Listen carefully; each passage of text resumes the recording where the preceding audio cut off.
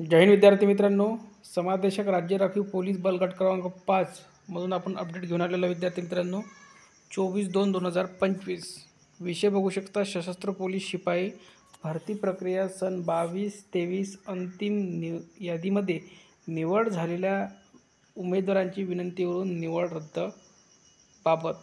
म्हणजे इथे 100% विद्यार्थी मित्रांनो ज्या विद्यार्थ्यांनी विनंती केलेली आहे की आमची निवड रद्द करा म्हणून, त्या जागा वेटिंग लवकरच उघडणार आहे। म्हणजे जे पण विद्यार्थी प्रतीक्षा यादीमध्ये असतील त्या विद्यार्थ्यांसाठी खूप खूप आनंदाची बातमी असणार आहे। पूर्ण बघूया आपण कोणते कोणते कास्टचे विद्यार्थी आहे, किती विद्यार्थी आहे। तर बघा, आपण सदर निवड झालेल्या संदर्भीय आदेशानुसार खालील नमूद उमेदवारांची अंतिम निवड यादीतील सशस्त्र पोलीस शिपाई पदाची निवड रद्द होण्याबाबत या कार्यालयास विनंती अर्ज सादर केले आहे। सद्यस्थितीत गट आस्थापनेवर रिक्त पदांची संख्या जास्त असल्यामुळे प्रतीक्षा यादीतील उमेदवारांची निवड करणे अत्यावश्यक आहे।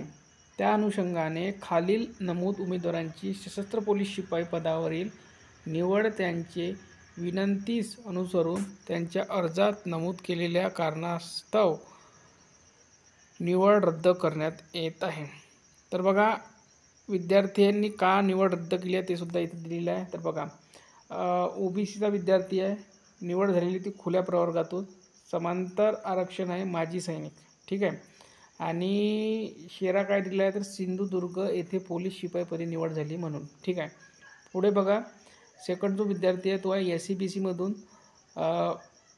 विद्यार्थ्याची निवडसुद्धा SCBC मधून झालेली होती, माजी सैनिक उमेदवार आहे, मुंबई शहर येथे पोलीस शिपाईपदी निवड झाली म्हणून निवड रद्द केली, ठीक आहे।